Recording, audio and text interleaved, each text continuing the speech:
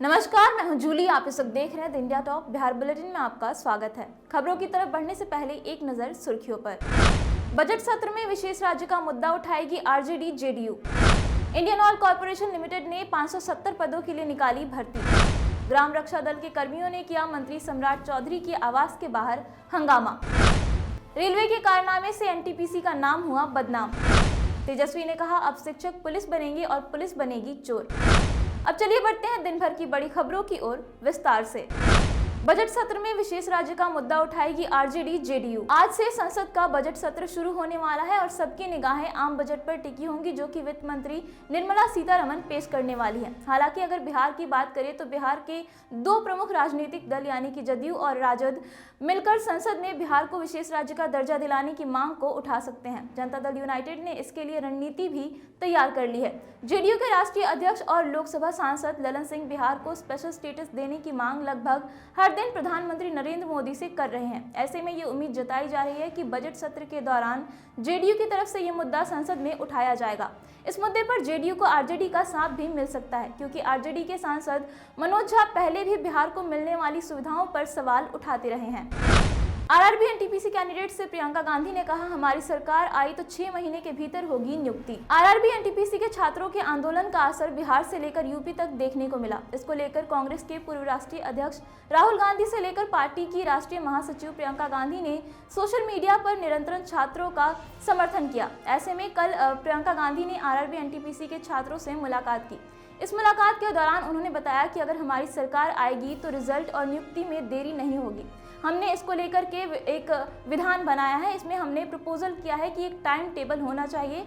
इस time table में exam और रिजल्ट का डेट फिक्स होना चाहिए। हर अलग परीक्षा के लिए रिजल्ट और नियुक्ति 6 महीने के अंदर होगी। इस टाइम टेबल का उल्लंघन हुआ तो इसके लिए कानून लाए जाएंगे और अधिकारी जो भी जिम्मेदार पाए जाएंगे उनके खिलाफ कार्रवाई की जाएगी।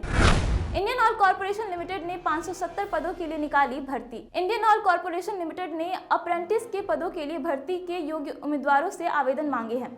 योग्य अभ्यर्थी आईओसीएल के आधिकारिक वेबसाइट पर जा करके आवेदन कर सकते हैं। आईओसीएल अप्रेंटिस पदों के लिए ऑनलाइन रजिस्ट्रेशन की अंतिम तारीख 15 फरवरी 2022 है। आईओसीएल के इस भर्ती अभियान से कुल 570 पद भरे जाएंगे। इस भर्ती में प्रत्येक राज्य में लागू आरक्षण नीति के अनुसार अभ्यर्थियों को आरक्षण का लाभ भी दिया जाएगा। योग्य अभ्यर्थी का चयन ऑनलाइन लिखित परीक्षा के जरिए किया जाएगा।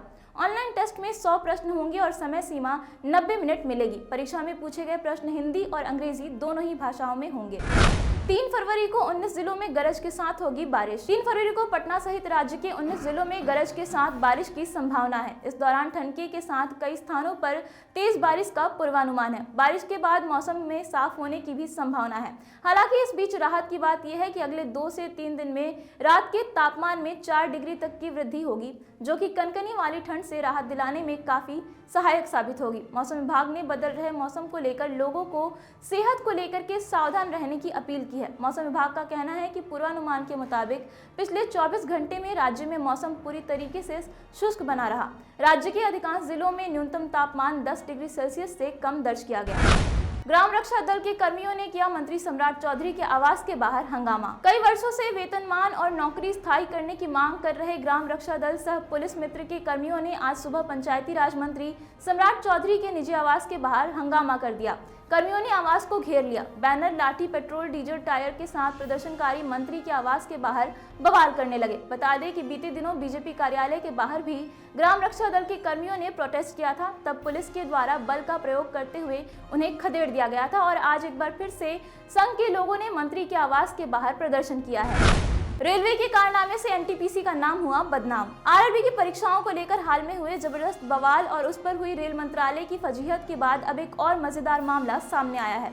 एनर्जी सेक्टर की देश की सबसे बड़ी कंपनी एनटीपीसी लिमिटेड यानी कि नेशनल थर्मल पावर कॉर्पोरेशन ने रेलवे को लेटर लिखकर अपनी परीक्षा का नाम कंपनी के नाम जैसा आरआरबी एनटीपीसी रखने पर आपत्ति दर्ज कराई है। नेशनल थर्मल पावर कॉर्पोरेशन ने रेलवे को पत्र लिखकर कहा कि वो अपनी non technical popular category NTPC की परीक्षा का पूरा नाम लिखे जिससे आम लोगों में इसे लेकर कोई कंफ्यूजन ना हो। एनटीपीसी लिमिटेड का कहना है कि इसके कारण उन्हें बदनामी झेलनी पड़ रही है। कंपनी ने रेलवे से इस परीक्षा का नाम बदलने की भी अपील की है जिससे भविष्य में इस तरीके का कोई कंफ्यूजन पैदा ना हो। बोचहा सीट से वीआईपी ने उम्मीदवार का कर दिया ऐलान। एनडीए में एमएलसी चुनाव को लेकर घमासान छिड़ गया है। 24 सीटों पर होने वाले चुनाव के लिए बीजेपी और जेडीयू में समझौता तो हो गया, लेकिन हम और वीआईपी पार्टी को एक भी सीट नहीं मिली है। जीतन राम मांझी की पार्टी हमने तो कोई प्रतिक्रिया नहीं दी, लेकिन वीआईपी के प्रमुख मुकेश सहनी ने बगावती तेवर अपना लिए हैं। रविवार को पटना में मुकेश सहनी ने संवाददाताओं से बात करते हुए कहा कि अगर जरूरत पड़ी तो वो मोदी और योगी के मुर्दाबाद के नारे भी लगाएंगे। बोचहा विधानसभा सीट को लेकर के उन्होंने कहा कि वहां पर वीआईपी का ही उम्मीदवार उतारा जाएगा और मुसाफिर पासवान के परिवार का ही कोई उम्मीदवार उस सीट से उतारा जाएगा। बीजेपी एमएलसी ने कहा, शिक्षकों को सरकार ने बंधुआ मजदूर बना दिया है। बिहार सरकार के शिक्षा विभाग ने एक पत्र जारी कर सभी सरकारी स्कूलों के शिक्षकों को शराब पीने और बेचने वालों की जानकारी मद्य निषेध विभाग को देने का आदेश दिया। इसके बाद शिक्षकों के साथ साथ नेताओं ने भी बिहार सरकार की फजीहत शुरू कर दी है। बीजेपी एमएलसी नवल किशोर ने कहा कि बिहार में सरकारी स्कूल के शिक्षकों को बंधुआ मजदूर बना दिया गया है। पढ़ाई के अलावा जितना भी आदेश निर्गत होता है वो सब बिहार के सरकारी स्कूल पर होता है। शिक्षा छोड़कर शिक्षकों को बाकी सब काम करवाए जा रहे हैं। उन्होंने कहा कि जो भी ये आदेश जारी कर रहे हैं वो अपने बच्चों को उन स्कूलों में पढ़ाएंगे तब पता चलेगा। उन्होंने कहा कि इस तरह के फरमान जारी करना बिहार के भविष्य के साथ खिलवाड़ करना है। कल से शुरू होंगी बिहार बोर्ड की 12वीं की परीक्षा। Bihar school examination board BCB की इंटरमीडिएट परीक्षा कल से शुरू हो रही है।